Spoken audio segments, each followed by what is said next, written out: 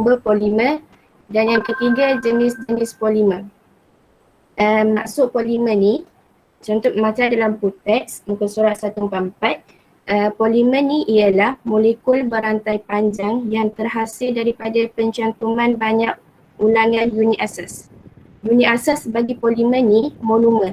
So maksud dia dekat sini, dalam polimer tu ada banyak monomer. Maknanya banyak-banyak monomer lah. Jadi tindak balas pencantuman monomer ni untuk menghasilkan polimer dinamakan sebagai tindak balas pempolimeran. Kalau nak lebih faham, boleh tengok dekat dalam buku teks juga, gambar foto sebelah foto 4.1 ada tunjuk gambar monomer yang satu-satu tu. Lepas tu dekat bawah tu ada polimer yang macam rantaian. Yang tu iaitu dia juga pempolimer. Yang tu juga bila monomer nak jadi polimer, kita kena buat tindak balas pempolimeran tu. Lepas tu contoh polimer ni kita boleh kenal pasti dia melalui sumber polimer, cara polimer yang dihasilkan dan ciri-ciri polimer yang terhasil. Seterusnya sumber polimer. Sumber polimer ni kita terbagi kepada dua, iaitu semula jadi satu, yang kedua polimer sintetik. Polimer semula jadi ni kita boleh terhasilnya secara semula jadi melalui alam sekitar. Mana kita boleh jumpa polimer ni melalui alam sekitar. Contohnya kanji, protein dan kapas. Macam dalam buku teks dia ada tunjuk gambar nasi dengan daging tu, itu merupakan polimer semula jadi.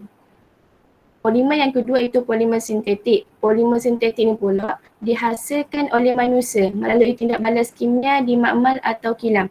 Maknanya polimer sintetik ni kita kena buat tindak balas dulu. Tindak balas kimia dekat makmal ataupun kilang. Barulah terhasilnya polimer sintetik ni. Contoh polimer sintetik ni, nilon, macam dalam teks saya tunjuk nilon tu kan. Nilon dia guna untuk menghasilkan tali macam pakaian apa semua. Lepas tu kita boleh tengok bagi satu jadual tu kan, sumber polimer dengan monomer. Yang tu contoh untuk sumber polimer semula jadi dengan polimer sintetik.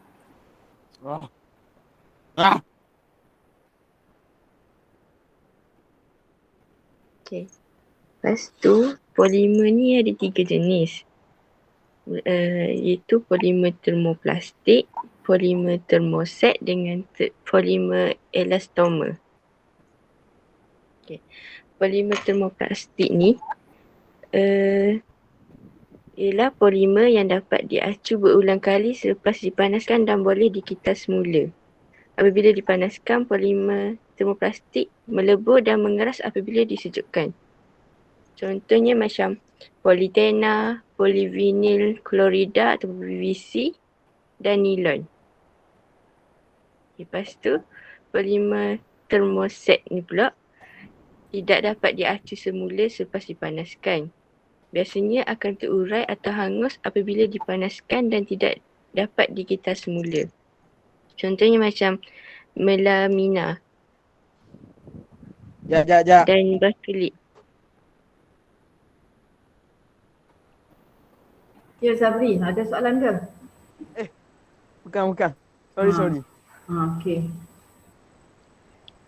Okay, kalau contoh bakelit ni, kalau saya search di internet, contohnya macam butang ataupun Swiss. Okay, so last sekali, polimer elastomer ialah polimer elastomer dapat diregangkan dan kembali kepada bentuk asal selepas dilepaskan. Polimer elastomer ni mempunyai sifat elastik yang tinggi. Contohnya macam poliuretana dan getah stirena butadina. Kalau contoh poliuretana, contohnya macam span. Kan bila kita tekan, so bila kita lepas tu akan jadi bentuk asal semula. Itu je pada kumpulan saya. Terima kasih. Ianya dia bersifat meregang ke? Ya, dia elastik. Elastik maksudnya dia macam getah. Bila kita tarik, dia regang, lepas tu dia bila kita lepas tu dia patah balik pada keadaan asal. Betul Haikal? Okey, terima kasih Isyira, terima kasih Zulaika. Okey, bagus . So kawan-kawan yang lain nanti Zulaikha dengan Syirah dia ada berapa slide ni? 35 slide. Berapa? Dia satu babnya. Okey, untuk yang tadi tu ada 10. Kalau untuk 41, 10 yang slide. yang kita tunjuk tadi tu. 3. 3. Okey, so 3 tu. So, kalau sahabat-sahabat nak tengok balik nanti boleh kita share dalam grup. Okey, tapi sebenarnya apa yang Syirah dengan Zulaikha share tadi semuanya ada dalam textbook. Okey. So perkata benda yang paling penting tadi ialah yang pertama sekali maksud polimer. So kimia macam biasa. Bila kita belajar polimer, kita kena tahu apa dia polimer. Kita belajar kadar tindak balas, kena tahu apa dia kadar tindak balas. Sebab tu dalam soalan TOV baru ni, soalan TOV, bila soalan tanya apakah yang dimaksudkan dengan kadar tindak balas, kita ramai tak boleh jawab. Jadi tajuk kadar tindak balas orang tak boleh jawab. Okey, sebab itulah bila kita belajar kimia, bermula dengan tajuk garam, kita tahu apa dia garam. Bermula dengan tajuk acid base, kita tahu apa dia acid, apa dia base. Okey, kalau tajuk ni kita tak faham ni tajuk kita tak faham, macam mana kita nak faham dia punya konten dalam dia. Okey, macam kita sehari-harian lah solat. Kalau solat tu sendiri tak tahu, macam mana kita nak mendirikan solat? Banyak lagi benda-benda dalam dia. Okey, jadi sekarang ni polimer, macam Syirah terang tadi. So polimer ialah polimer ni sebenarnya ialah molekul. Bila kita sebut molekul, dia mesti terdiri daripada apa dia kalau molekul? Kalau molekul ni dia terdiri daripada apa? Molekul. Kita ada 2 kan? Kita ada 3, atom, ion, molekul. Bukan logam dengan? Bukan logam. Bukan logam dengan bukan logam. Maksudnya dalam polimer ni dia ada unsur yang bukan logam dengan bukan logam sahaja. Okay, sebab tu polimer ialah molekul. So apa beza dengan molekul yang kita dah belajar sebelum ni? Karbon dioksida, molekul kan? Air, molekul. Okay, beza dia ialah polimer ni ialah molekul berantai panjang. Dia satu molekul yang besar. Okay, satu molekul yang besar. Okay, so molekul tu berantai panjang. Okay, kalau ikutkan yang isi terang tadi betul. Kalau tengok dalam buku teks pun betul. Tapi kalau nak lebih senang. Okay, nak lebih senang. Okay, Umi tunjuk Kalau nak lebih senang nak ingat. Kalau senang nak ingat. Okay, yang ni boleh tulis, boleh salin. Kalau nak ingat senang apa yang dimaksudkan dengan polimer.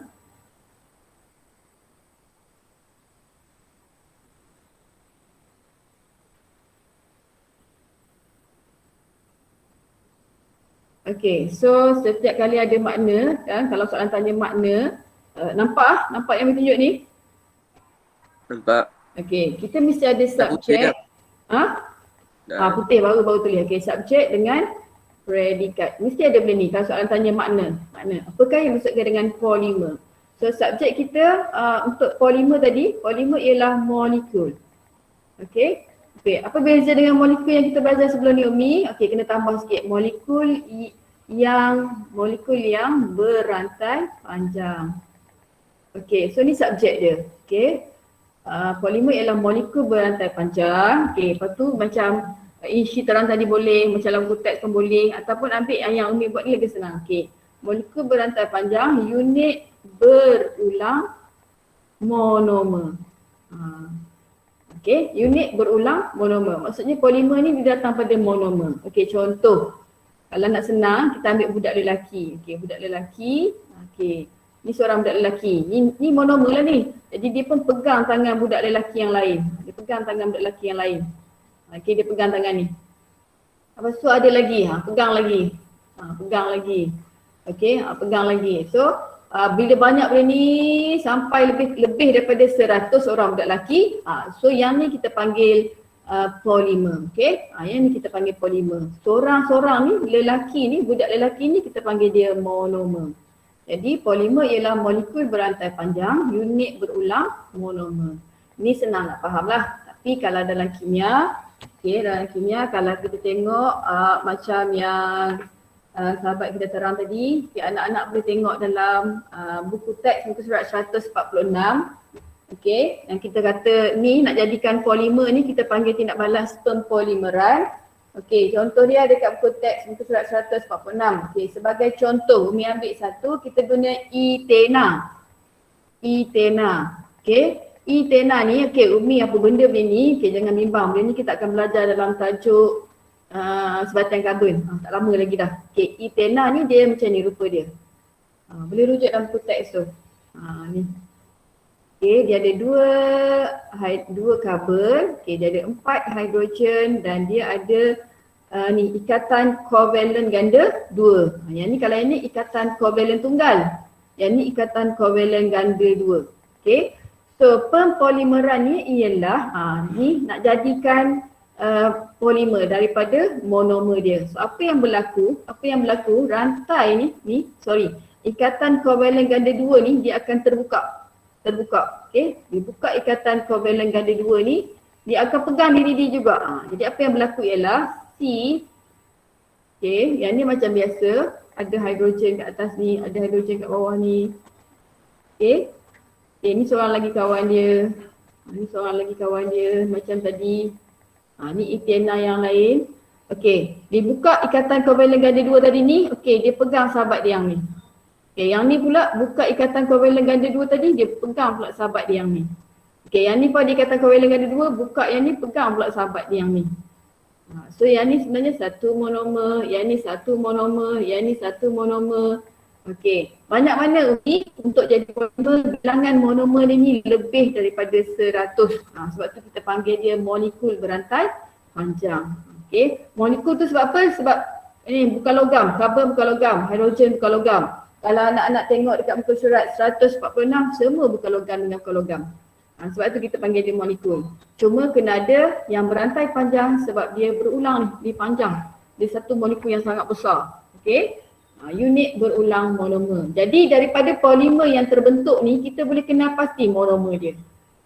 Okey, kita boleh kenal pasti monomer dia. Jadi kalau monomer dia tadi E-tena, bila dia jadi mengalami proses pempolimeran, okey, tambah poli je kat depan.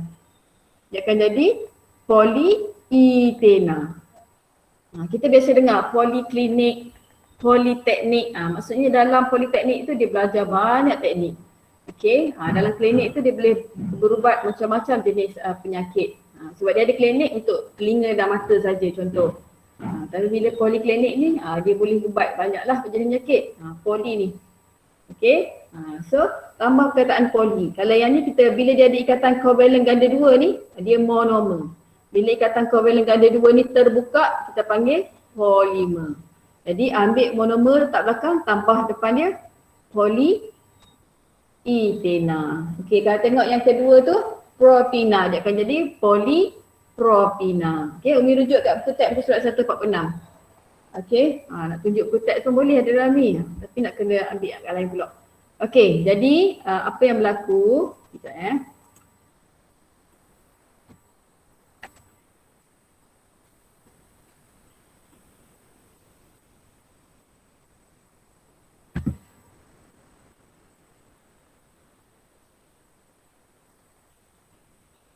Okay, jadi sekarang ni kalau Umi nak lukis tindak balas pempolimeran tadi. Okay, so kita pun buat C, ada double bond C, okay, dia ada H. Okay, jangan bimbang, yang ni kita akan belajar dalam tajuk sebatian karbon. Okay, so bila dia mengalami pempolimeran, apa yang berlaku? Ikatan kovalen ganda 2 tu dah terbuka. Yang ni macam biasa.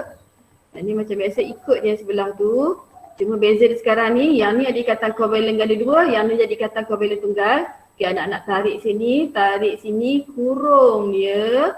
Kurung ya, kurungan ni macam ni ya. Dia bukan kurungan macam ni. Dia kurung macam ni. Okey, lepas tu letak N lebih dari 100. Gitu. Maksudnya, ini je jawapan dia. Dan kalau kat sini kita panggil yang ni monomer. Yang ni kita panggil polimer. Kalau yang ni kita panggil E-tena, yang ni kita panggil poly-E-tena. Jadi ini adalah tindak balas pempolimeran. Pempolimeran. Jadi macam Inshi terang tadi, apakah yang dimaksudkan dengan polimer? Polimer ialah molekul berantai panjang, unit berulang, monomer. Okey, boleh setakat ni? Ada apa nak tanya ke? Ada apa nak tanya setakat ni?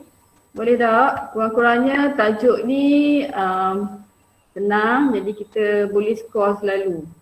Boleh Umi. skor selalu. Ya.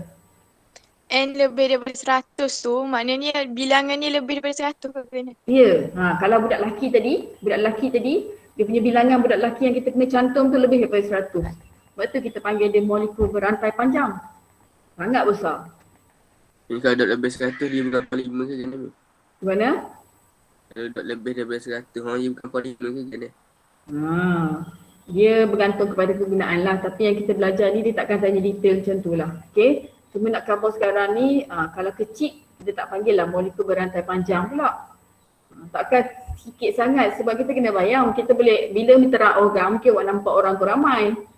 C ni kejap Kalau kita nak tengok, nak bayangkan. Kalau rasa nak bayangkan.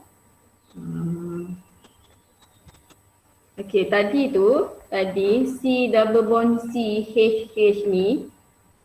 H ni kalau kita nak tulis dia punya, ni kita panggil formula struktur formula struktur. Kita akan belajar tajuk sebatan carbon. Kalau kita tulis formula molekul dia C2H4, kecil saja. Okey, kecil je. Betul tak? C2H4. Formula ni sangat kecil. Okey, sangat kecil. Dia molekul yang sangat kecil je. Jadi kalau dia kurang daripada 100, jadi dia sangat kecil. Polimer ni dia satu molekul yang berantai panjang, sangat besar.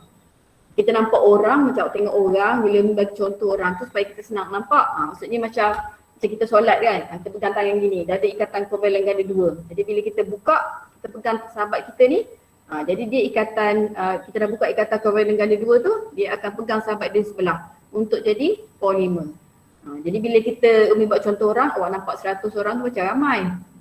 Tapi bayangkan molekul kita C2H4. Kalau tengok karbon dioksida pun CO2. So dia sangat kecil. Dia mesti lebih daripada 100 lah. Okay. Boleh Haikal? Atau Nah tadi bertanya, boleh tak? Boleh. Okay. So ada lagi nak tanya soalan lain?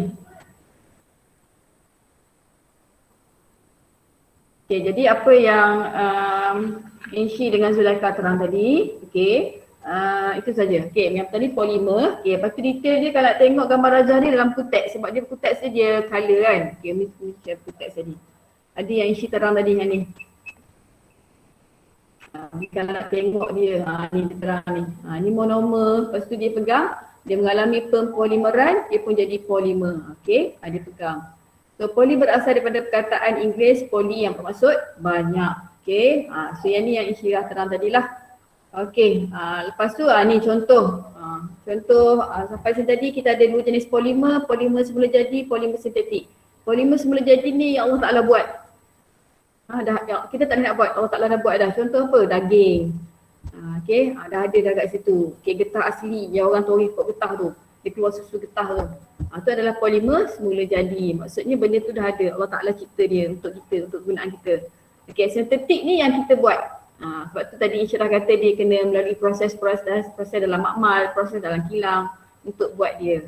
Okay, dan biasanya bila polimer yang kita buat ni, kita nak tiru polimer semula jadi. Tapi dia mesti ada kebaikan dan keburukan dia lah. Biasanya dia akan menyebabkan pencemaran. Okay. Antara yang paling senang kita tengok ialah plastik, okay, polisterin, botol plastik. Tu yang adanya tiga jenis ni. Okay. Kita ada tiga jenis ni. Kalau macam politermoplastik, maksudnya dia boleh dibuat semula. Okay, boleh buat semula. Dia boleh diacu balik. Okay, sebab tu dia boleh dihitar semula. Tapi kalau macam ni tak boleh. Maksudnya kalau kita panaskan dia akan lembek. Macam plastik orang kita tu. Okay, kalau kita panaskan, dia lembek. So tak boleh nak acu semula. Okay. Dan thermoelastomer ni ialah polimer macam tadilah. Senang nak ingat tadi, dia macam getah, dia macam span. Okay. Dia ada sifat elastik. Okay, so habis kat sini. Ya. Rangkai silang tu benda. Okay, rangkai silang ni jumpa Zulaikha tengok yang ni ke? Yang tadi dekat jenis-jenis polimer. Mana jenis polimer? Sekejap. Muka surat? Tu kat yang warna purple tu. Okay. Okay, rantai silang ni kita akan jumpa Tak apalah kami teranglah macam ni. Okey. Dia kan, okay, kita ambil contoh yang ni, polimer elastoma. Polimer elastoma ni contoh dia macam getah, okay, macam getah. Okay, bila kita letak getah, okay, getah tadi, molekul dia, okay, kami terang, kami tunjuk. Okay, kami tunjuk. Okay. Macam getah tadi ya. Okay, ini satu monomer getah, dia akan lekat lagi dengan satu monomer getah, dia akan lekat dengan satu monomer getah. Okay, banyak dah ni. Okay, yang ni N dia sampai 100 dah ni, banyak. Okay, lepas tu ada lagi yang lain ni. Dia ada lagi molekul yang lain, ada lagi. Okay, dan yang ni pun panjang lagi, ada lagi.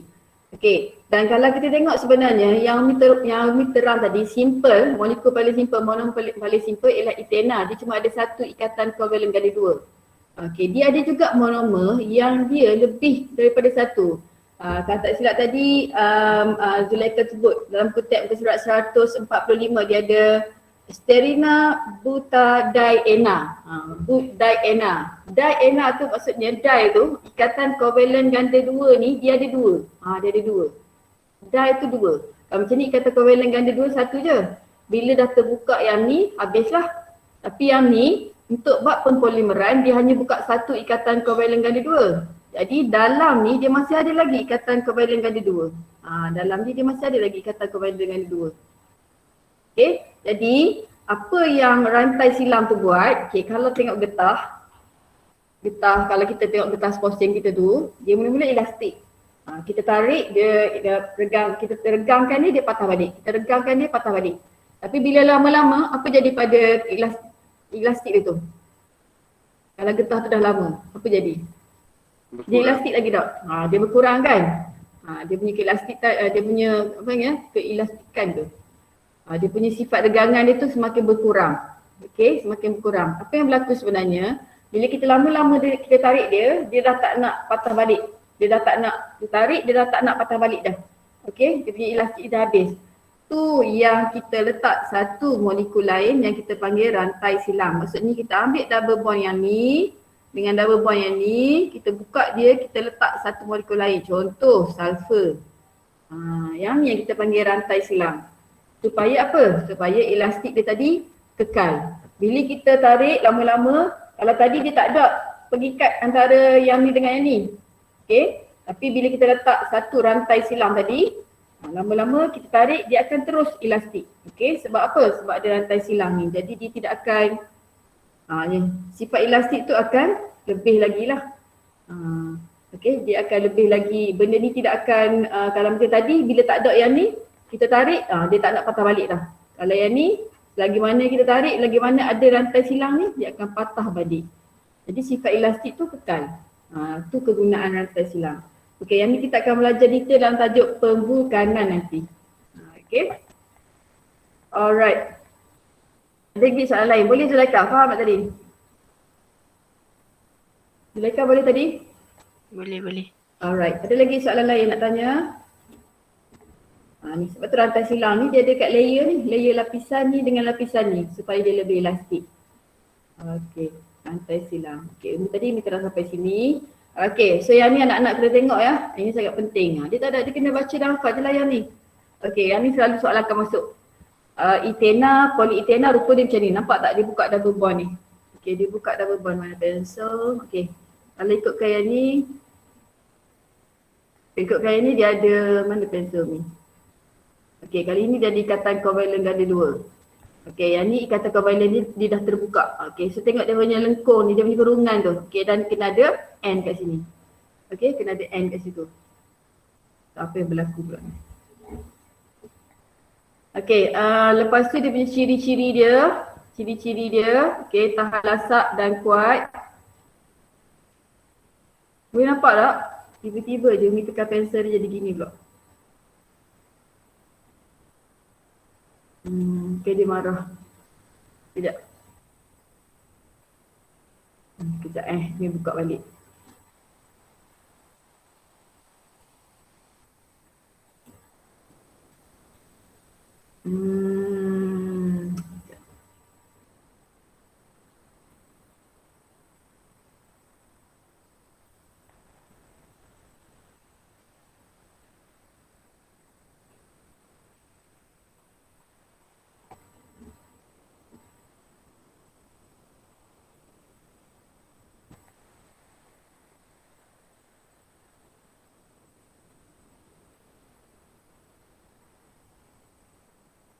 Okay, sementara dia buka. Okay, sekejap.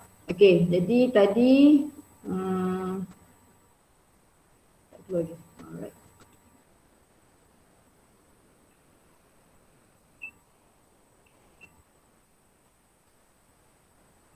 Okay. Jadi yang ni anak-anak kena ingat ni Photostate ni tanpa kat mana ni kena ingat. Okay. Jadi ni cara kita nak lukis monomer. Dia ada ikatan kovalen ada dua. Yang ni nak lukis monomer, polimer dia tak ada dah. Okay, dia ada N kat sini. Ethena tambah poli kat depan dia. Jadi polyethena. Okay, ciri dia tahan lasak dan kuat. Kegunaan dia beg plastik, botol plastik dan plastik pembungkus. Okay, kalau tadi ethena sekarang propina. Jadi ini prop. Ena belakang dia sama je. Okay, so kalau prop ni jadi 3 carbon. 1, 2, 3. Okay, 3 carbon. Dan dia ada satu juga ikatan kovalen ganda 2. Okay, dia buka ikatan kovalen ganda 2 tu kat sini. C dia di sini. Tadi tak ada C, dia ada H je. Okay, so yang ni propina jadi polypropina. Sama juga tahan lasak, okay, alat mainan dan tekstil. Okay, seterusnya. Okay, chloroethena. Dia sama macam ni, cuma dia ada Cl kat atas ni. Ethena tapi dia ada satu klorin, kita tambah dia jadi kloro. Kalau bromin jadi bromo. Okay, kes ni dia tambah klorin, jadi chloroethena. Okay, poliklorida ni nama glamour dah, nama di pasaran dia. Dalam kimia nama dia chloroethena. Pun sama juga, dia macam ni juga tapi dia ada Cl kat atas ni. Copy je buh kat sini. Okay, polychloroethena atau PVC. Okay, polyvinyl chlorida. Okay, yang ni kuat dan keras. Okay, pipe air dan penebat elektrik. Okay, kita guna PVC. Okay, sterina. Okay, nama dia sekarang ni jadi polysterina. So apa yang berlaku? Kalau tadi ethena tadi dia ada H belakang ni. Yang ni dia ada satu kumpulan ni. Yang ni semuanya sebenarnya ialah semua C dengan H. Nanti tunjuk yang ni, C dengan H semua sekali. Okay, so yang ni ringan dan penebat haba dan pembungkus makanan. Okay, yang tu kena ingat. Okay, habis Sam rasa. Ini kalau ada kurungan tu, ia tambah polyamid. Mana? Kurungan mana? Kat lukisan. Kalau ada kurungan dengan N tu, yang ini nama dia poly lah. iya. Poly lah. Satu lagi akan kita tengok sini. Yang ni bila dia monomer dia ada double ikatan kovalen ganda 2. Bila dia jadi polimer dia tak ada ikatan kovalen ganda 2. Macam kita kalau kita orang tadi, budak lelaki tadi, masa dia tengah buat macam ni tu. Okey, ni monomer. Bila dia pegang tangan sahabat dia dah jadi polimer. So dia mesti dia tak ada lah ikatan kovalen ganda 2 dan kita letak kurungan ni nak menunjukkan bahawa benda ni berulang-ulang. Sebanyak N dan N ni mesti lebih daripada 100. Okey, ada lagi soalan lain? Yang ni tulis macam ni je, N integer yang sangat besar lah. Okey, sangat besar supaya dia jadi polimer. Okey, so habis kat situ. Okey, yang lain ni penghasilan nylon ni, okey, benda ni kita boleh buat ya. Ataupun nanti kalau tak ada masa sangat sebab benda ni boleh tunjuk je video dia. Tapi tak apalah, kita simpan dululah amali-amali kita ni. So di akhir episod rancangan kita nanti tengok macam mana. Tapi yang ni adalah amali yang pertama untuk penghasilan nylon ya, benang nylon ni. Kita akan buat bahan kimia dan ni kita tarik. Dan sebenarnya benda ni kita kena buat dalam kebuk asap sebab dia sangat-sangat bahayalah. Tengok. Aktiviti ni perlulah ada jalanan dalam kebuk asap. Kebuk WhatsApp kat sekolah kita tahu tak? Ada tak kebuk WhatsApp kat sekolah kita? Kat Pak kita? Ada, tapi dia dekat belakang makmal kimia tu. Tapi sebenarnya kebuk WhatsApp kita tu rosak. Kebuk WhatsApp sebenarnya bila dia berfungsi, kita tekan elektrik tu dia akan sedut asap-asap tu naik atas yang bahaya tu. Supaya kita tak terhidu bau tu. Jadi kalau benda ni Umi tengok nanti kalau dengan kuantiti yang dia sebut ni benda ni bahaya, kita akan tunjuk je lah. Tunjuk video je lah. Okay, so habis dah. Okay, kegunaan polimer ni ada tak grup siapa ni? Lepas ni Iman dengan Fauzan terus terang ke Tasli ke? Iman, Fauzan? Kita asli dulu. Ke Tasli selalu. Okay, ke Tasli. So Umi ambil sikit dekat sini. Okey, yang ni dia kegunaan polimer sintetik. Polimer sintetik ni polimer macam saya cakap tadi, polimer buatan manusia, sama ada dalam makmal ataupun dalam kilang. So dia punya ciri dia penebat haba yang baik, ringan, kuat, bersifat lengan dan tidak reaktif, daya tahan haba yang tinggi. 4 ciri ni. Ada apa-apa ciri nak tanya Umi? Biasanya kalau macam kita tengok polystyrene yang kita letak makanan kita tu kan. Dia ringan. Kuat. Kuat maksud jangan lawak. Maksudnya dia kalau kita nak tarik tu tak boleh. Tak boleh. Dia pendapat haba yang baik. Tapi bersifat lengan dan tidak reaktif ni, dia kena tengok jugalah. Kalau kita letak makanan yang sangat panas dalam dia, mungkin ada tindak balas yang berlaku. Sebab kita tahu bila pada suhu yang tinggi, dia akan mempercepatkan masa untuk tindak balas berlaku. Jadi cuba elaklah menggunakan polimer sintetik untuk letak bahan makanan yang panas. Tapi kalau benda tu sejuk, dia bersifat lengan.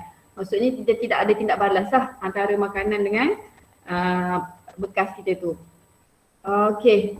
So itu adalah ciri dia, kegunaan dia kita tengok sini. Pelbagai alatan perubatan. Ini jarum-jarum, jarum pula dah. Bekas yang kita letak jarum tu, dihasilkan daripada polipropena. Penggunaan polietena yang paling meluas adalah sebagai beg plastik. Ini salah satu kegunaan polietena. Nylon yang kita nak hasilkan tu adalah nylon menghasilkan benang yang penting dalam bidang tekstil lah, baju. Penyalutan polimer akrilik digunakan untuk menghasilkan bumbung kalis air. Ini antara kegunaan polimer sintetik buatan manusia. So polimer dan alam sekitar. Polimer ni banyak kesan baik ke kesan buruk? Kalau kita tengok kat sini. Buruk. Kesan buruk. Sebab apa dia ada kesan buruk macam ni? Sebab sebenarnya polimer sintetik buatan manusia ni dia tidak akan terbiodegradasi. Dia tidak terbiodegradasi. Jadi bila dia tidak terbiodegradasi, bila kita buang dia tidak akan terurai. Bila tidak terurai, inilah antara punca-punca dia akan menyebabkan pencemaran. First kali kalau kita buang macam biasa, dia akan masuk dalam longkang. So dia akan menyebabkan longkang tersumbat. Bila longkang tersumbat, air tak boleh mengalir, kita akan ada pembiakan nyamuk. So bila longkang itu bahagian longkang. So, kalau dia terus mengalir, dia akan masuk dalam sungai, akan menyebabkan pencemaran dalam sungai. Lepas sungai dia akan pergi kat laut pula. Laut ni antaranya lah. Dia akan menyebabkan hidupan, akan membahayakan hidupan dalam laut. Itu yang pertama. Kalau kita buang dia sebab dia tidak akan terurai. Yang kedua, kalau kita bakar dia akan menghasilkan gas yang beracun. Bakar polimer ni akan bebaskan gas yang beracun. Maksudnya ada toksik yang dibebaskan. So dia akan membahayakan kesihatan kita lah. So tu antara benda dia. Sebab dia kan tak terurai. Duduk laut lama mana pun dia akan ada juga. So kena ada penyelam lah, petik ni buang pula. Jadi untuk mengelakkan setakat ni kalau di Malaysia kita amalkan 3R lah. Kita semula, kita recycle benda tu setakat yang kita boleh buat. Sebab kalau ikutkan dia ada satu lagi sistem kita panggil dia pyrolysis. Dia bakar tanpa oksigen. Jadi gas yang terhasil tu tidak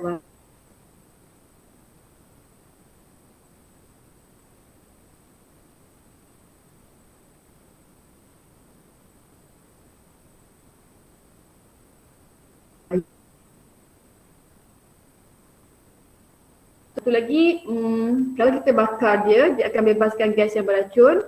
Ni akan, kalau benda ni banyak, dia akan menyebabkan hujan asid. Itu antara kesan sampingan polimer dengan alam sekitar. Sebab tu kalau tengok negara maju dia tak pakai dah beg plastik kan. Dia akan pakai macam beg kita beli dekat McD tu, kertas. Dia tak pakai dah, dikurangkan penggunaan polimer. Sebab kalau kita tengok kat longgokan pusat pelurusan sampah pun, plastik dia tidak akan terurai. Tanam je lah. Tanam. Tapi dia masih ada lagi dalam tanah tu. So bertahun-tahun lah ambil masa. Tapi benda tu still ada sebab dia lambat untuk urai. Okey, so sedikit pasal dia. Okey, yang ni. Ini dia buat gambaran. Okey, dia buat gambaran plastik. Apa yang dia buat, dia tanam plastik tu kan. Tapi dia tidak akan terurai, tak, masih lagi ada. Okey, so itu saja untuk tajuk 4.1. Okey, ada apa nak tanya sebelum Umi nak jemput grup yang kedua pula? Ada apa nak tanya setakat ni? Boleh ke? Senang tak tajuk polimer senang? Yang pertama sekali kena ingat apa dia maksud polimer. Yang kedua kena tahu sikit pasal pempolimeran. Okey, dan kena ingat beberapa contoh polimer semula jadi dengan polimer sintetik. Dan 3 jenis polimer tadi. Okey, lepas tu terangkan sedikit kesan penggunaan polimer sintetik pada alam sekitar. Okey, itu poin dia yang ada. Dan kalau kita tengok tajuk ni, kalau dia nak kaitkan dengan soalan aplikasi, terlalu banyak lah. Sebab dia berkaitan dengan kehidupan seharian kita. Okey, so kalau tak ada apa nak tanya, kita sambung pada tajuk 4.2, getah asli. Okey, kita persilakan grup yang kedua, Iman dengan Fauzan. Okey, Iman, Fauzan.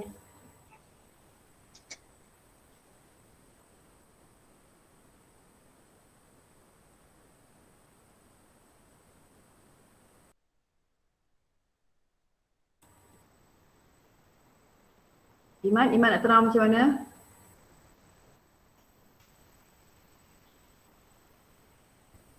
Saya nak present ni. Okey.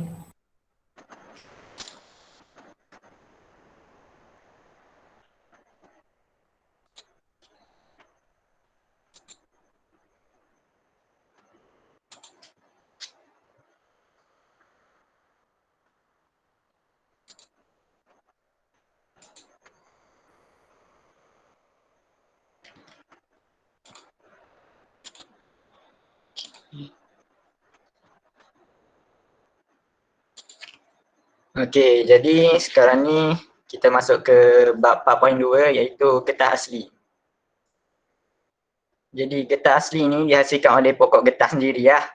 Dan nama saintifik pokok getah ni ialah Hevea brasiliensis.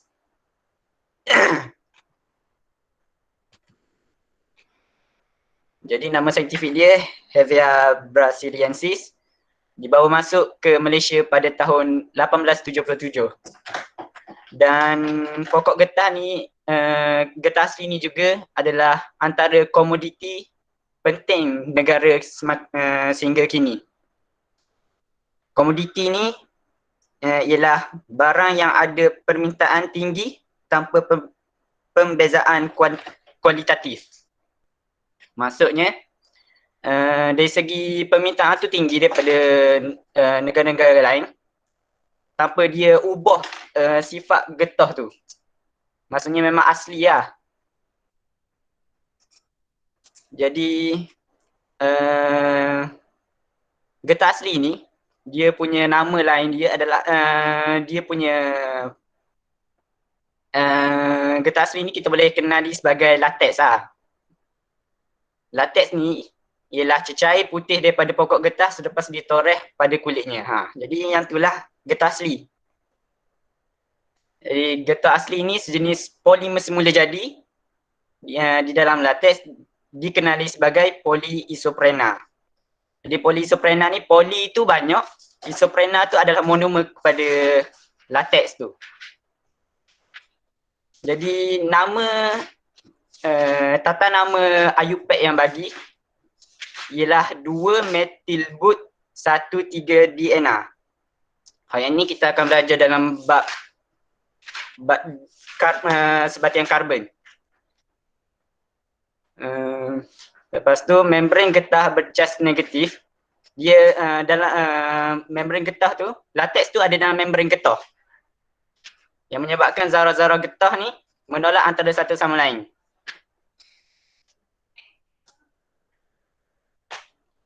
Jadi ciri-ciri getah asli ni merupakan polimer elastromer semula jadi yang insyirah terangkan, iaitu dia kenyal, bersifat kenyal.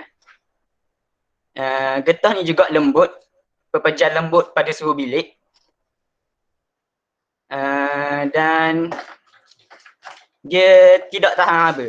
Maksudnya dia akan melekat, dia akan cair dan melekat pada suhu yang tinggi. Tapi dia lembut. Jadi getah asli ni juga adalah penebak elektrik. Dia tidak mengalirkan arus elektrik dan penebak elektrik yang baik. Dan dia juga mudah teroksida. Sebab dia mudah berinteraksi dengan wap air di udara lah. Oksigen bertindak balas dengan ikatan ganda dua antara karbon. Jadi reaktif kepada bahan kimia, mudah bertindak balas dengan asid, alkali atau pelarut organik. Jadi asid, alkali dengan pelarut organik ni dia ada tindak balas dia tersendiri. Kayak gitu kan. Jadi dia getah asli ni juga bersifat kalis air, iaitu dia tidak telap air.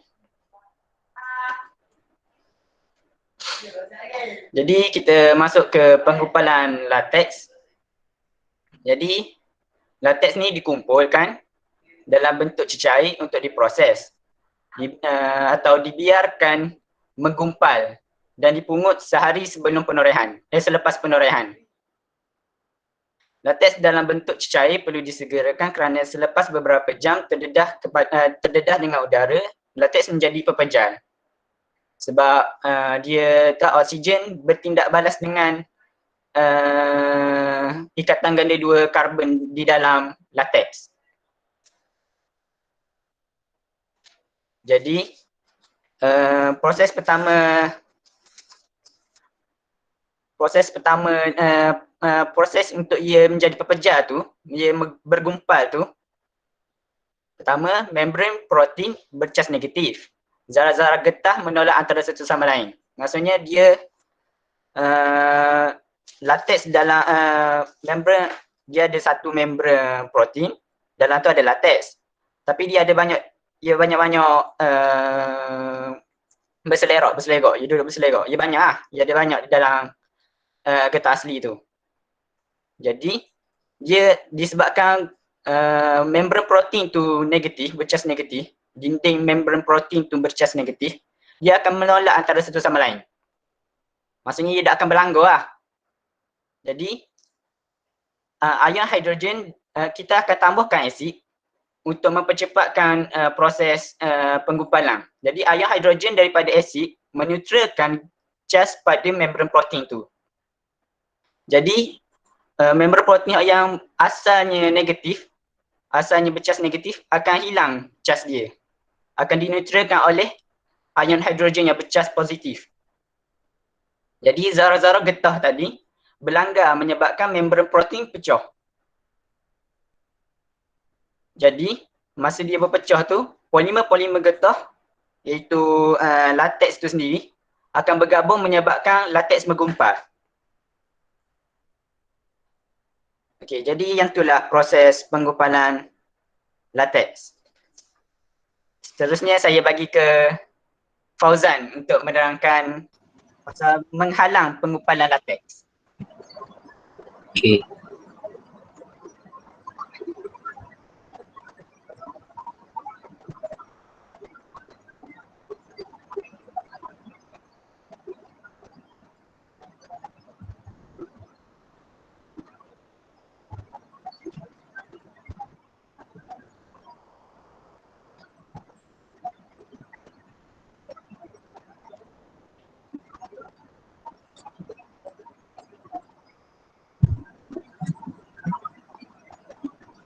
Okey, seterusnya adalah hello dengar. Dengar. Seterusnya adalah menghalang penggumpalan lateks. Lateks ni juga diperlukan dalam bentuk cecair untuk menghasilkan produk-produk yang tertentu seperti sarung tangan dan getah.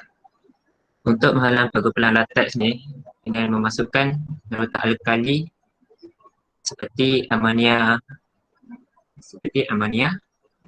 dan lateks bagi memastikan penggumpalan tidak berlaku. Seterusnya, larutan alkali mengandungi air hidroksida yang dapat menyusulkan asid yang dihasilkan oleh bakteria. Itu untuk menghalang penggumpalan lateks. Okey. Seterusnya adalah pembekalan getah. Pembekalan maksud dia adalah proses penghasilan getah yang lebih kenyal dan berkualiti melalui penghasilan rangkai silang antara rantai polimer.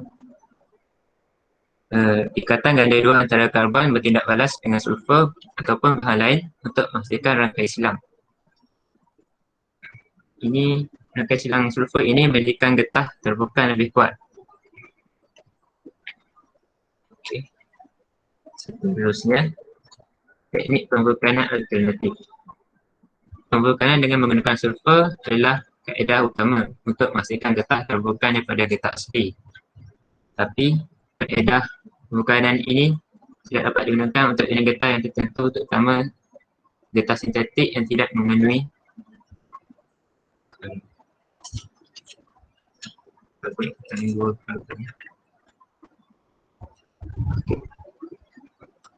pembekalan alternatif ni menggunakan kaedah peroksida, sinaran dan logam oksida.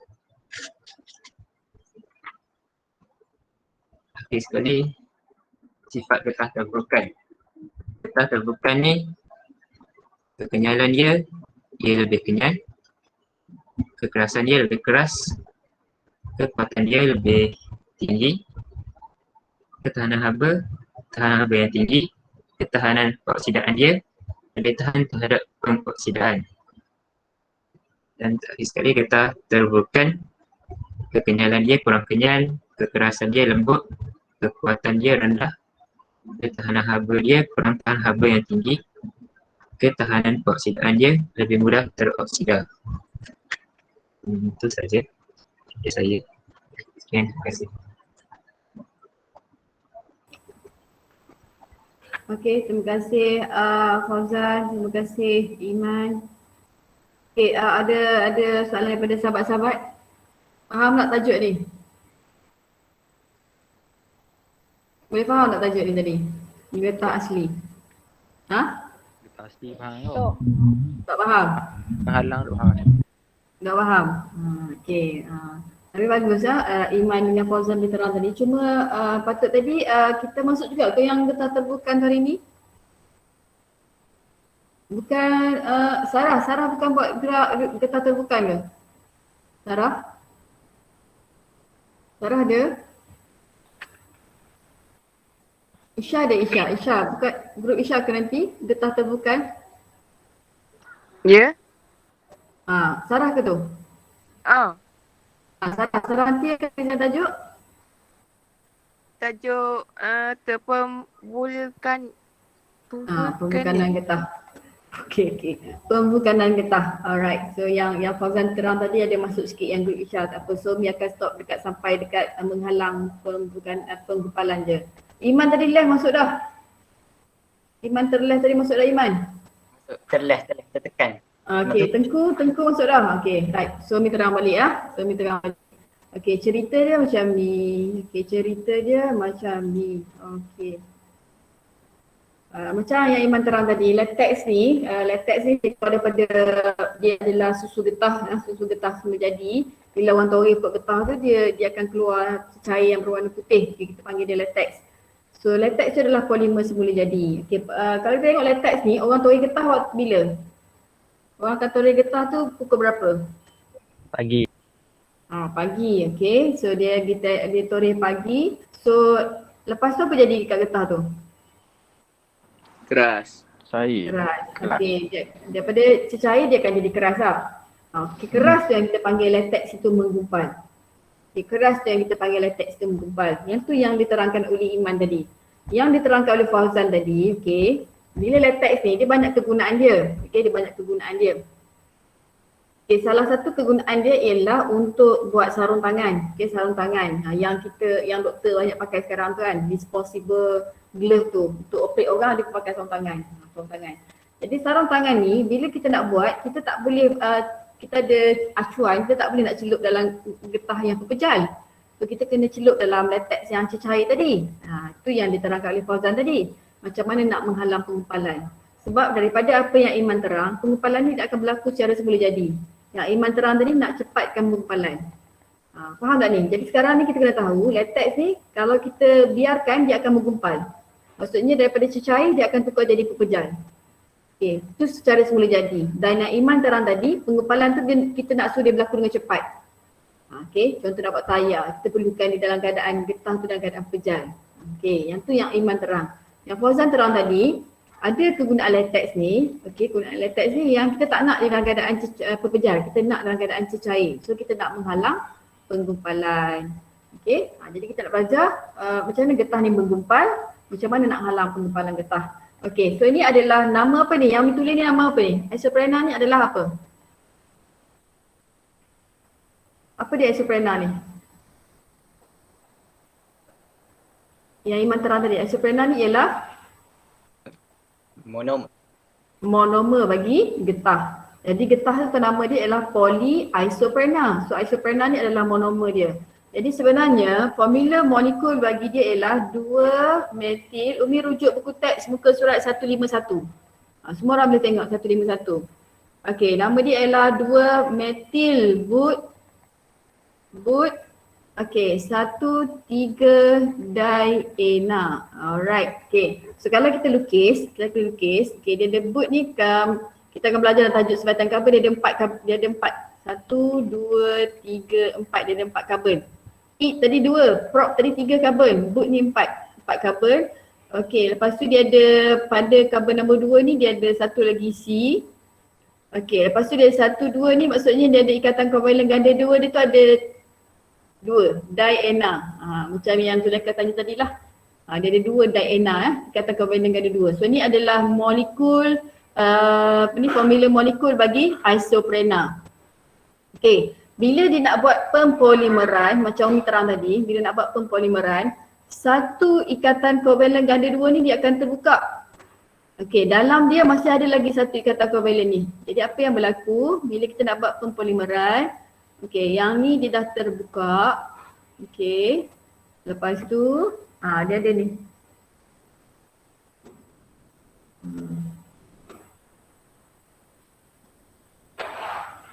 Panjangkan dia kat sini dipanjangkan dia ke bawah. Jadi yang ni dia pegang.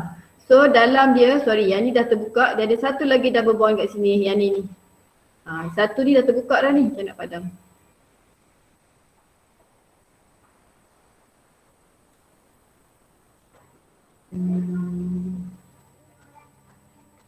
Okay, yang ni. Umi. Ya. Umi present ke? Tak present. La ilaha illallah Muhammadar Rasulullah. Letih ni bercakap seorang. Kejap saya. Lah, patut pelik. Lah, tak present ke? Patut dah faham. La ilaha illallah. Betul macam mana Jannah boleh perasan? Yang ke problem pelajar ni. Kejap. Present lah, punyalah banyak dah lukisannya. Okay, kejap.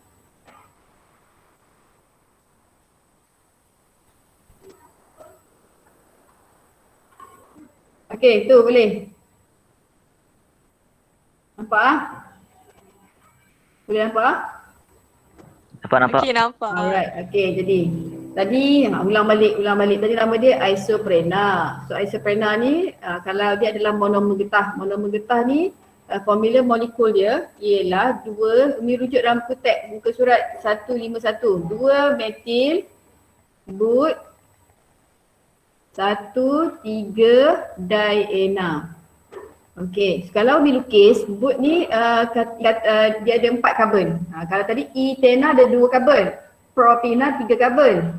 Tak faham kita akan belajar dalam tajuk satu karbon. Boot ni ada 4 karbon, jadi 4, 1, 2, 3, 4. Okey, boot. Okey, metil ni dia ada satu kumpulan bercabang pada ikatan kovalen ganda 2. Okey, 1, 3 pada karbon pertama dan karbon nombor 3 ni dia ada ikatan kovalen ganda 2 dia. Okey, ikatan kovalen ganda 2 dia. Jadi, apabila dia buat pempolimeran, dia hanya buka satu ikatan kovalen ganda 2 ni je. Satu lagi ni masih ada. Tadi kami katakan bila kita buat pempolimeran macam Etena tadi dia ada dark ni, dia akan terus buka jadi gini. Dia tak ada ikatan covalent ganda 2. Yang ni sebab dia ada 2 ikatan covalent ganda 2, diena ni dia ada 2. Jadi bila buat pempolimeran dia buka satu saja. Masih ada lagi satu. Okey, boleh tengok dalam muka surat 151. Okey, bila dia jadi polimer dia akan jadi gini. C yang ni ada, yang ni dia terbuka. Okey, lepas tu dia ada dekat sini ni masih ada lagi satu ikatan covalent ganda 2. Masih ada satu lagi, yang ni lah dia berubah tempat duduk di sini. Okey, masih ada satu lagi ikatan covalent ganda 2. Jadi yang ni kita panggil tadi, yang ni kita panggil isoprena, yang ni kita panggil dia polyisoprena. Okey, getah. Okey, boleh setakat ni? Boleh ke? Boleh lah setakat ni? Jannah, boleh tak? Nampak tak? Kang, boleh lah ni? Boleh ni. Okey, sekarang ni, yang ni Umi lukis dalam keadaan dia dalam pot getah yang orang toreh tu, orang toreh pagi-pagi tu kan dia tadah dalam pot. Latex tu akan masuk dalam ni. So yang ni dia akan jadi gini Dia akan jadi 4 dah ni, maksudnya ada 4 carbon ni. 1, 2, 3, 4 ni. Dia ada 2, 4 ni. Lepas tu dia ada lagi yang lain, dia ada lagi yang lain, dia ada lagi yang lain, dia ada lagi yang lain. So banyak, dia nak jadi molekul berantai panjang. Okey, habis. Lepas tu ada lagi, 1 isoprena jadi nak jadi polyisoprena. Kan dia kata beratus-ratus tadi kan? Okey. Dia jadi gini. Ni dalam masa orang toreh getah pagi-pagi tu. Okey, boleh ya? Nampak yang ni? Jadi yang ni kalau Umi besarkan dia jadi gini lah. C1, 2, 3, 4 double bond. Lepas tu terikat pula dengan C1, 2, 3, 4 double bond. C1, 2, 3, 4 double bond. C1, 2, 3, 4 double bond. C1, boleh ya? Boleh faham ni ya? Penting ni kalau tak faham ni tak payah nak nampak nanti. Zafran, boleh tak setakat ni? Boleh. Boleh, okey. Lepas Boleh tu, ikut. okey, boleh ikut, okey. Lepas tu, apa yang berlaku ialah, okey, kita ambil slide baru. Okey, apa yang berlaku seterusnya. Okey, Umi ambil balik yang Umi dah buat tadi. Isoprena tadi. Isoprena tadi. Okey, banyak beratus-ratus tu. Okey, berhenti kat situ. Isoprena yang ni pula. Sebab tu dia panggil molekul berantai panjang. Ini ciptaan Allah okey. So, Iman terang tadi, okey, dalam molekul getah ni, dalam isoprena ni dia ada satu membran protein. Kalau anak-anak boleh bayangkan dia macam telur. Bila kita pecah telur bila kita pecah, yang dalam ni telur kuning, kat luar ni telur putih kan? Betul tak? Boleh bayang tak? Allah. Langsung tak comel. Payah lah benda ni. Sekejap. Umi padam yang kat luar tu. Okay. Nak buat. Okay. Sekejap. Okay. Dia akan ada satu membran protein kat luar ni. Membran protein. Benda ni kan secara semula jadi Allah Ta'ala buat. Jadi dia ada membran protein. Okay, jadi kan dekat dalam ni tadi kan isoprena tadi. Okay, kat luar ni dia ada membran protein. Yang ni pot lah tadi, yang orang tu toreh getah tadi. Dalam pot ni dia masuk. Okay, kalau tak faham tanya selalu. Okay, so membran protein kan dia kan latex secara polimer semula jadi. Jadi membran protein ni Allah Ta'ala buat dia dekat luar ni dia ada charge negatif. Jangan tanya sebab apa. Ini adalah yang Allah Ta'ala buat supaya kita jadi orang yang sentiasa belajar. Indahnya ciptaan Tuhan ni. Dia dah jadi ada charge negatif. Padahal latex kalau kita tengok dengan bau busuk dia tu kan. Tapi kalau kita kaji dia macam ni. Okey, dan kalau awak kaji lebih lanjut, benda ni dia cecair kan. Latex ni bila orang toreh tu disusu getah, dia cecair. Dia sebenarnya ada air lah kat sini ni, ada molekul air. So kita panggil dia colloid. Sebab struktur getah ni, molekul getah ni dia besar daripada molekul air. Tapi tak apa. Yang tu kalau nak nanti belajar lebih lanjut. Tapi yang ni boleh bayangkan boleh bayang. Jadi tadi isoprena tadi, jadi double bond tadi tu. Okey, lepas tu di luar dia tu ada satu membran protein. Okey, membran protein. So di luar membran protein tu ada charge negatif. Okey. Dia punya clue dia selagi mana charge negatif ni kekal, maksudnya latex kita akan berada dalam keadaan cecair. Dia tidak menggumpal. Clue dia ulang balik.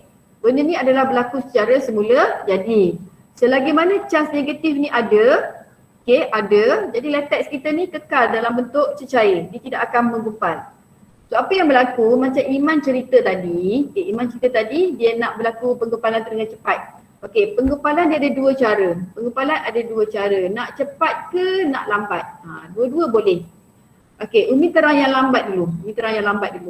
Okey, yang lambat ni ialah kalau kita tengok orang toreh getah tu, dia toreh getah belah pagi, subuh, waktu dia datang balik pukul 10-11, getah dia dah jadi getah scrub dalam pot dia tu. So apa yang berlaku ialah dalam atmosfera kita ni ada udara, betul? Dalam udara ada tak bakteria? Ada. So dalam udara kita ni ada bakteria. So apa yang bakteria tu buat? Kita boleh halang tak bakteria untuk daripada dia masuk dalam ni? Boleh halang tak? Boleh. Tak boleh kan? Okey, itu tak boleh halang. So bakteria masuk dalam pot getah tu. Okey, kita kaitkan pula. Semalam Cikgu Nazri sebut pasal ubat gigi. Ini sebut pasal ubat gigi. Mulut kita ni bila kita makan, kita tak gosok gigi, apa jadi? Apa jadi pada gigi kita? Apa jadi pada sisa makanan tu?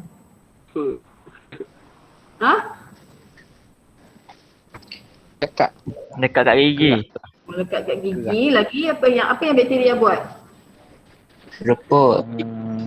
Bakteria tak repot. Bakteria buat apa dekat sisa makanan tu? Jadi pelak gigi. Bakteria buat apa? Menghasilkan pelak gigi. No, apa yang bakteria tu buat pada sisa makanan? Mengurai. Dia mengurai sisa makanan tu. Dia sekarang ni macam ni, bila kita makan ada sisa makanan tu pada gigi kita. So ada bakteria dalam udara, dalam mulut kita ni ada bakteria. So bakteria tu akan mengurai makanan tu. Bila dia urai, dia akan hasilkan apa? Apa yang dia akan hasilkan mulut kita? Bila makanan Bau. tu? No. Yes lah, bau. Tapi apa yang dalam segi kimia dia akan hasilkan apa?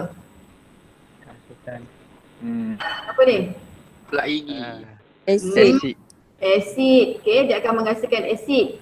Asid dalam mulut tu yang kita kata dia mengkakis gigi kita. Sedangkan dental gigi kita ni adalah antara anggota badan yang paling kuat, paling keras. Tapi asid ni dia bertahun-tahun lama dia mengkakis. Sebab tu dia boleh jadi, gigi kita boleh jadi rosak tu. Okay, berlubang. So asid ni sebab tu kita guna ubat gigi. Ubat gigi tu kan dia beralkali.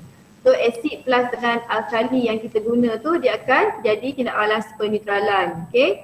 Jadi asid tu akan dinetralkan lah oleh ubat gigi tadi. Okay, so Umi nak kata sekarang ni tindakan bakteria akan menghasilkan asid. Sama juga dekat sini.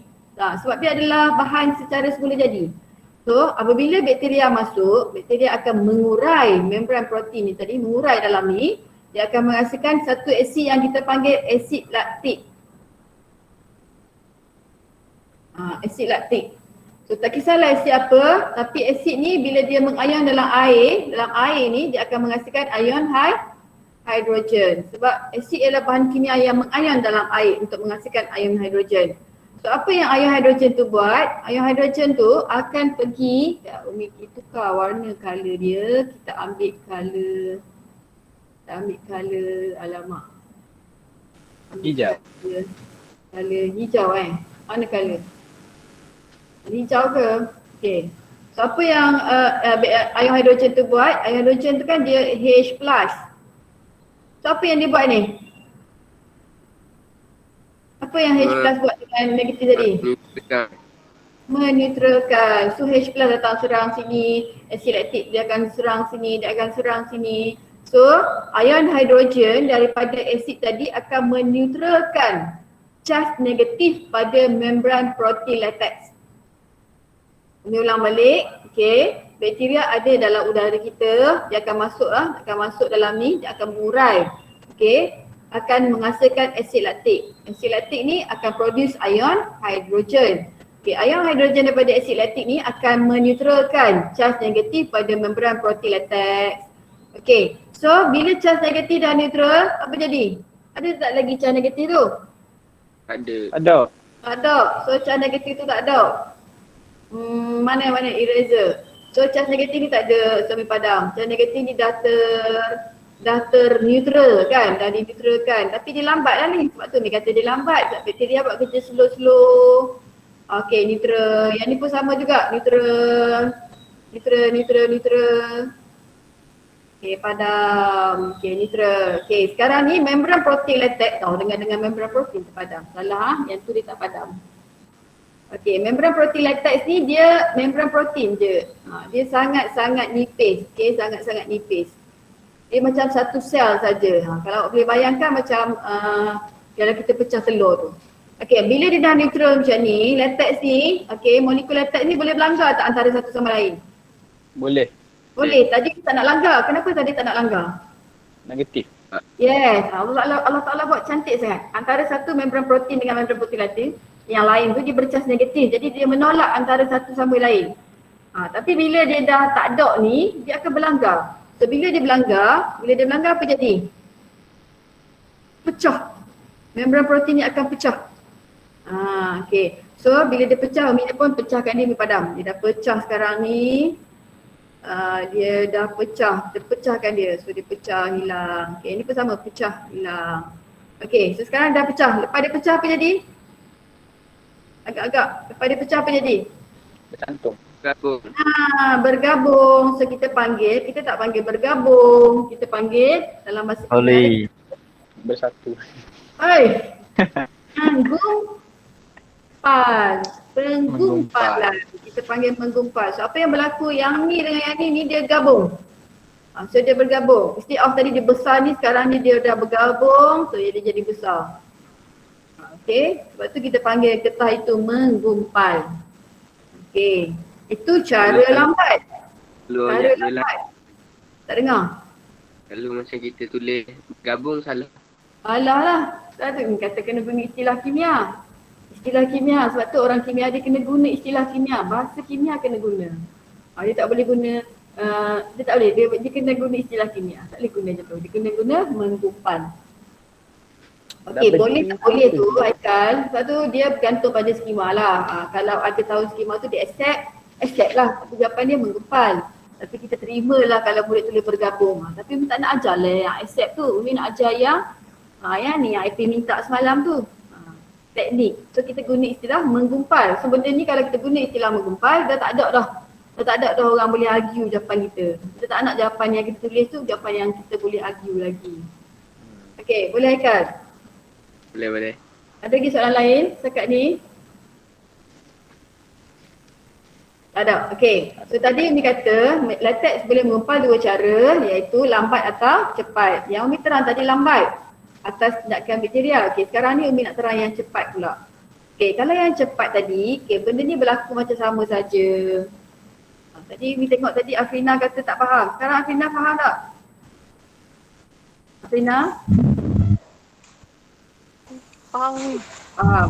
Right. Sekarang ni Umi nak terang pula yang dia cepat. Okey, secara cepat. Okey, kita pun macam tadi juga. Okey, latex tu macam tadi juga penuh dengan getah. Isoprena. Ni Zafan suka lah buat kerja ni. Isoprena. Zafan? Tidur? Dah. Itu we jumpa dekat mana itu? Kat bandar. Naik motor dengan Azam. Nampak kita nak pasang. Nampak kita. Nasib baik tak suruh ngaji kat situ. Okey, ni tengok ni. Okey, ni kalau dia berlaku dengan cepat. Dia ingat Umi tak nampak dia. Dia ingat dia kecil je. Awak tu polimer besar. Senang je nampak. Okey, so kalau ni kalau cepat. Cepat pula apa yang berlaku? Tak payah tunggu bakteria buat kerja lambat sangat. Apa yang kita buat? Macam Iman terang tadi. Kita masukkan asid terus. Bakteria tadi dia nak kena buat tindak balas penguraian dulu baru nak sikan asid. Tapi yang ni tak payah susah-susah terus tuang asid. Okey, asid ni jangan lagi tuang asid kuat, kena tuang asid lemah. Okey, apa contoh asid lemah? Naik lemah ke? Asid etanoik. Okey, asid etanoik CH3COOH. COOH. Ni ya. Ni asid lemah. Okey. Kita pun tuang asid lemah. Kalau ikutkan orang tua dulu dipanggil cuka getah. Pernah dengar tak? Pernah. Cuka getah adalah asid metanoik. Nama dia sebenarnya adalah asid metanoik. Okey, ni formula dia. Ni formula asid metanoik. Okey, yang ni asid etanoik ni, yang ni cuka makan. Yang kita makan tu asid etanoik. Tapi kedua-dua ni adalah asid lemah. So apa yang kita buat, kita pun tuang asid ni. Okey, tuang asid ni. Jadi tindakan dia samalah, cuma penggumpalan tu berlaku dengan lebih cepat. Apa yang berlaku? Ion hidrogen yang kita tuang tadi dia akan menetralkan dengan lebih cepat lah, sebab kita memang tambah asid kan. So dia akan neutral dengan lebih cepat. So macam tadi juga membran protein latex ni akan yang bercas negatif ni akan dineutralkan oleh ion hidrogen yang daripada asid tadi. Jadi apabila charge negatif ni tak ada, okey, membran protein latex ni akan pecah apabila molekul latex ni berlanggar. Okey, dan latex ni akan menggumpal. Okey, itu dua cara. Latex ni akan menggumpal secara semula jadi. Maksudnya kita tak buat pun dia akan menggumpal. Tapi kalau kita nak cepat, tuang je asid. Tindak balas tu sama. Okey, untuk penggumpalan latex. Faham tak? Ada apa nak tanya? Ni yang Iman terang. Sekarang ni kalau tak ada soalan, Umi nak terang pula yang Fauzan terang. Okey, yang setakat ni yang Iman terang. Boleh? Ada apa nak tanya? Yang Iman terang tadi, penggumpalan latex. Ada? Boleh lah ke? Penggumpalan latex ni. Mesti dah. Indah ciptaan Tuhan. Itulah. Lepas tu kita kena belajar kimia, kena pandai kimia. Baru kita tahu, kaitkan. Awak pula orang yang belajar kimia yang berada di sekolah agama. Kait pula kimia dengan Al-Quran. Lagi indah. Umi dulu dah terlepas dah. Belajar sekolah biasa je. Zaman-zaman Mahathir dulu. Okey. Dia sekular. Awak bagi lagi lah beruntung.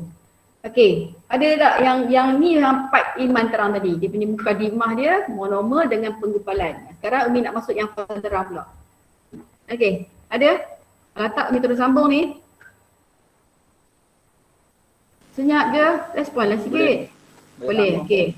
Boleh sambung. Okay. Umi pergi pula yang bahagian Fauzan terang tadi. Okey, Fauzan terang tadi dia kata latex ni ada juga kegunaan latex yang dia tak nak latex tu jadi menggempal. So kita nak menghalang penggumpalan. Jadi yang ni pula kita nak menghalang penggumpalan latex tu. Tak nak bagi latex tu menggumpal. Okey, contoh dia dia macam pernah kerja kemis dulu. Okey, dia ada satu tank, dalam ni dia letak latex tu. Okey, latex tu ada dalam ni.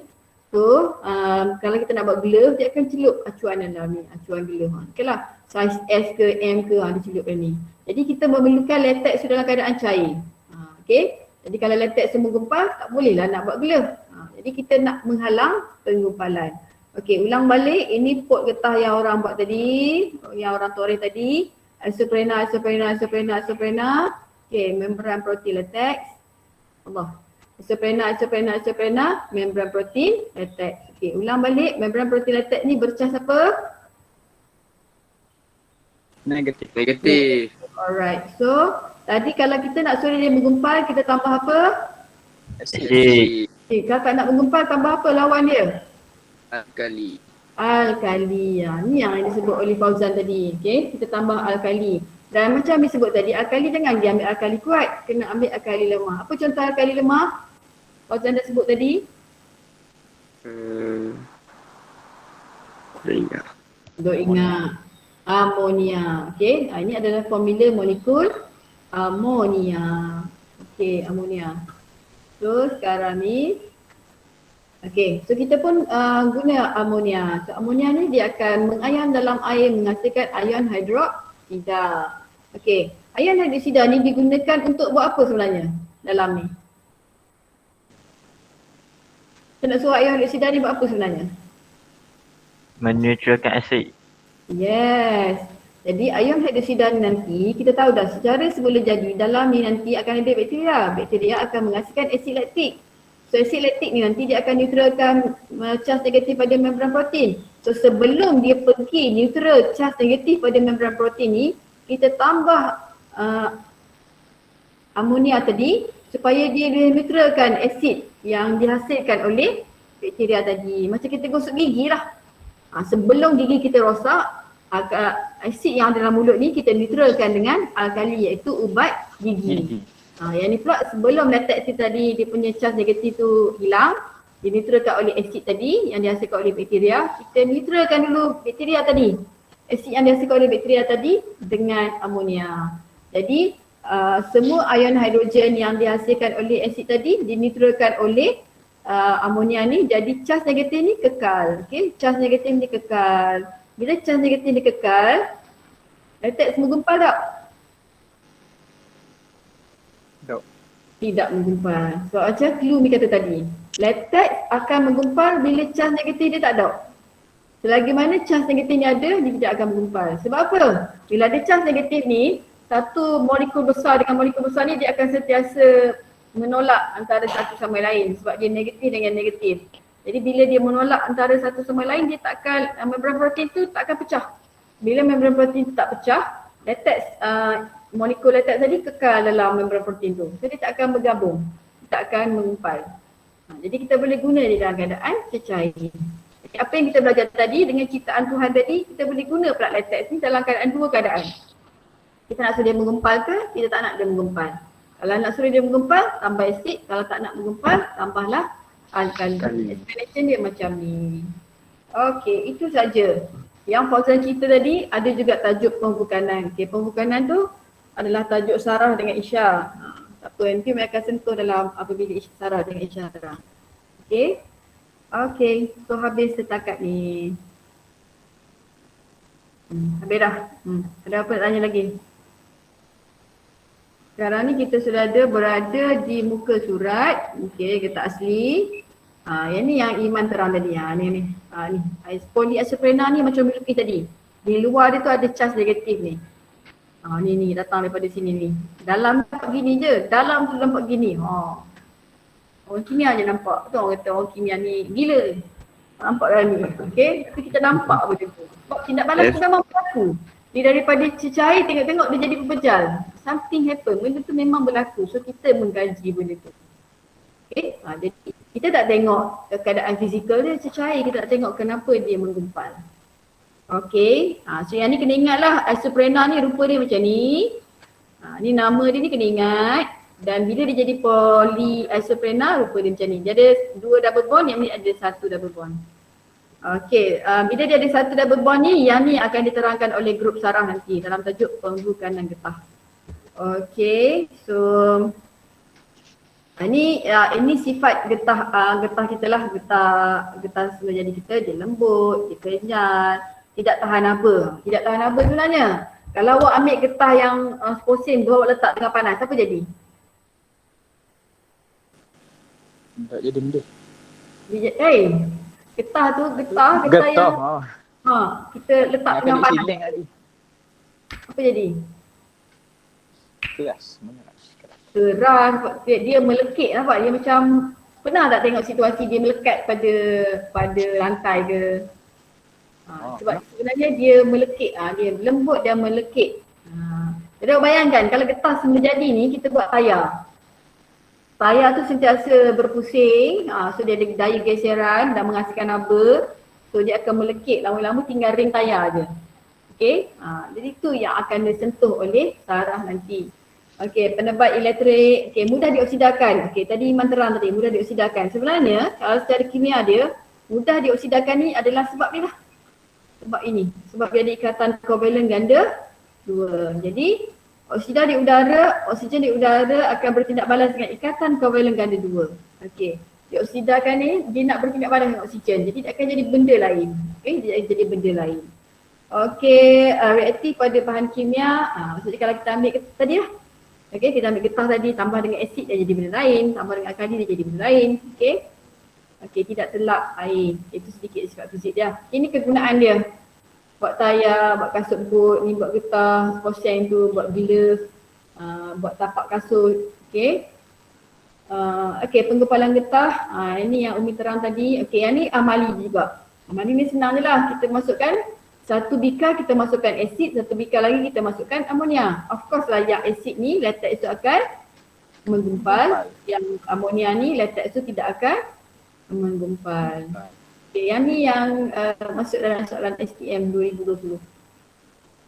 Okay, so amali tu senang je lah. Okay, ni yang Umi terang tadi. Okay, membran protein latex ni dia bercharge negatif kat luar dia. Okay, bila ada hidrogen tu akan menetralkan charge negatif ni. So bila charge negatif tu hilang dia akan berlanggar. Bila dia berlanggar dia pecah dan dia akan menggumpal. Okay. Okay, ni kalau kita tengok di zaman dulu dah tak ada lah mesin ni pun pernah jumpa. Tapi Umi pernah lah jumpa. Awak pernah jumpa tak mesin ni? Dok. Dok pernah jumpa. Okay, mesin ni dia daripada getah scrub ni dia nak jadikan getah keping ni. Dia nak jual. Okay, ni kita panggil mesin getah. Ni getah scrub ni bila dia jadi pebejal lah daripada pot getah tadi. Okay. Lepas tu jadi pebejai tu jadi nipis dia tu. Ni tu yang kena lenyek ni macam mesin batu, mesin tebu, mesin tebu. Tebu tak tebu? Gerah tu. Mesin tebu tu macam dia lenyek tebu tu. Yang ni dia lenyek getah tu supaya dia jadi kepingan getah senang dia nak jual kat kedai-kedai. Kedai biasa orang zaman dulu jual kat kedai Cina lah. Kampung tu Cina kaya. Dia macam rupa sekarang ni macam rupa mesin air tebu lah. Dia lenyek dalam ni. Daripada gini dia jadi gini. Okay. Okay, ni yang Fauzan terang tadi macam mana tak nak bagi dia membeku. Menggumpal. Alright. Okay, pembekalan getah ni sebenarnya tajuk yang akan diterang oleh grup Isya dengan Sarah minggu depan dan penggumpalan. Okay, ini pun satu benda yang sangat penting Amalan yang penting juga. Okay, lepas tu kita boleh beza antara getah terbukan dengan getah tak terbukan. Yang ni yang Zudaika tadi rantai silang. Kat sini kita akan terang dengan lebih lanjut lah pasal rantai silang tu. Dan tajuk akhir akan diterang oleh grup Zafan dengan Ikram, getah sintetik. Okay. Minggu depan kita boleh habis bab ni. Okay, habis bab ni. Okay, habis. Alright. So sekarang ni pukul berapa? Kelas kita sampai pukul 1 kan? Sesi PDPC sampai pukul 10.30, 12.30. Lepas tu kita ada tutorial. Okay, dah kita kalau 12.30 kita dah 2 jam ke udara. Okay, setakat ni boleh tak? Ada apa tanya Miss setakat ni? Boleh belajar lagi tak? Ke penuh kepala tu?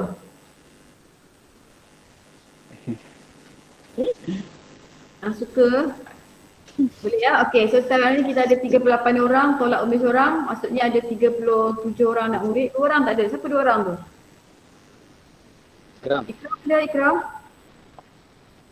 Syazwan Umi. Ikram tak ada? Siapa? Syazwan bukan ada ke tadi? Ada eh? Azwan ada Sabri. Ada. Oh ada. Okey sorry. Ada. Nak mu. Ya. Ikram ada Ikram? Ikram tak ada. Ikram dengan? Zul. Siapa? Zul. Syazwan. Zul ni? Dulu lah aku Syazwan. Zul ni. Semalam Zul ni masuk tak kelas fisik semalam? Masuk. Umi tak jealous, Umi tak kata apa. Cuma sekarang ni dia maksudnya sekarang dia sudah tidak ada masalah handphone lah kan? Dia masuk semalam. Okey, Ikram, ni Zafan pastikan partner masuk minggu depan tu. Kamu kan tinggal buat seorang. Kita terang ke depan ke? Alah, nak terang hari ni? Kita nak terang hari dah? Minggu depan. Kan kalau ikutkan PDPR kita kan 2 minggu, minggu ni dengan minggu depan dan ini target kita habis tajuk ni. Faham tak? Cuti bila ni? Cuti. Kita kalau ikutkan PDPR kita minggu ni, minggu depan, lepas tu minggu yang ketiga tu cuti seminggu, lepas tu kita patutnya masuk sekolah lah. Sepatutnya. Tapi Tapi tak tahulah kita macam mana. So kita tunggulah nanti selepas minggu depan tu kita tengok pula macam mana. Tapi kalau in case lah benda tu tidak berlaku, maksudnya lepas cuti nanti kita masih lagi ber-PDPR, Umi akan masuk tajuk sebahagian cover lah. Tak ada cara lain lah. Okay, lepas tu so Zafan make sure tu Ikram masuk minggu depan. InsyaAllah. Kita terima Okay, Zuhilmi ni nak buat macam mana ni? Aduh, semalam masuk hari ni tak masuk. Ingatkan hari ni masuk dah.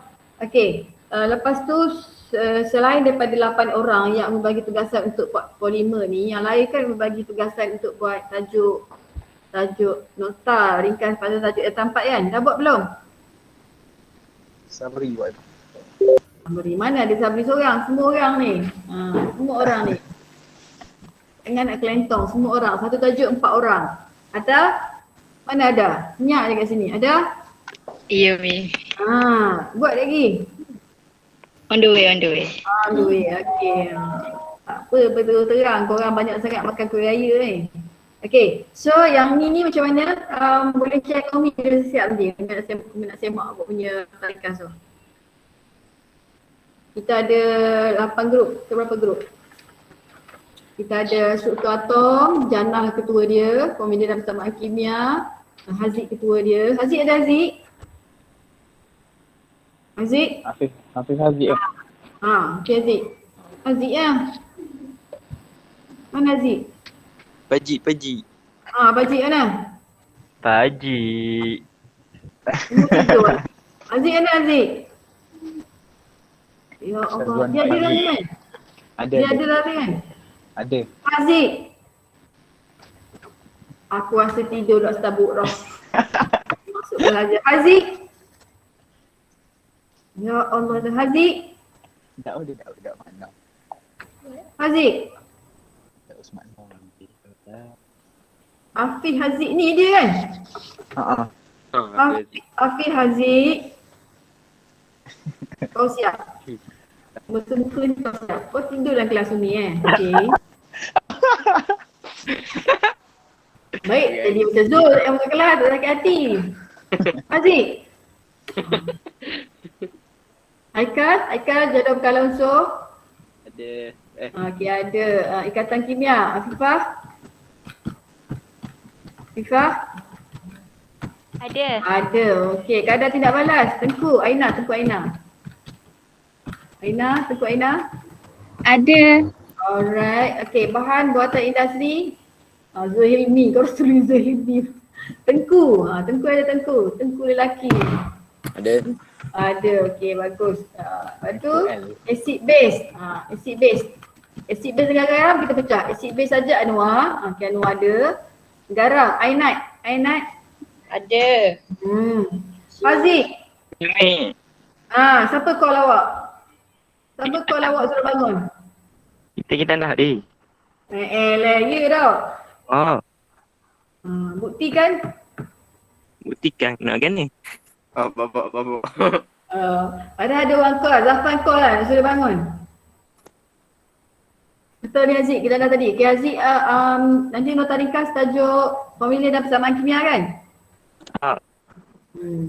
Okay, so dah siap nanti hantar kat Umi lah. Jadi kita target minggu depan last kita PDPR, so make sure benda ni hantar masa ber-PDPR lah. Okay, bukan masa bersemuka. So dah ada pada grup-grup yang polimer ni, dia dah present. Okay, so sekarang ni 12.20. Okay, hari ni punya topik, ada apa nak tanya? Umi. Ya. Yang nota tu kena hantar PDF tu. Kena hantar PDF ke kena snap je gambar? Ikutlah. Nak gana? Mana-mana yang mudah. Janji ni boleh baca. Bam belaka. Boleh Fatanah, mana-mana yang awak boleh buat lah. Nak hantar PDF boleh, nak hantar words yang boleh buka pun boleh, nak hantar gambar pun boleh, terpulang mana-mana yang mudah. Sebab benda tu ada orang tak tarik kot benda tu, tulis tangan dia. Haziq dah lah tangan tu, turunlah tangan tu, tahu dah ada. Pas cerah pula angkat tangan tu. Haziq. Kita nak atas tabuk pula tu. Haziq. Waktu orang tanya dia. Okey. Yang lain ada lagi soalan? Syazwan? Ya, Mi. Okey. Lepas tu markah TOB semua dapat dah? Dapat dah. Dapat dah. Dapat dah lah. Result kedudukan semua dapat dah lah. Dapat dah. Dok lagi. Result Dok lagi. Dapat dah, Mi. Dapat dah. Kat mana? Dalam grup. Zafan, itulah banyak sangat naik motor derak.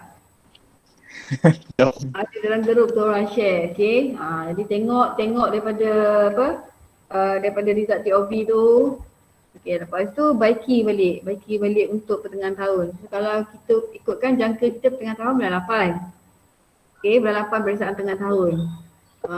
Bulan 10 percubaan.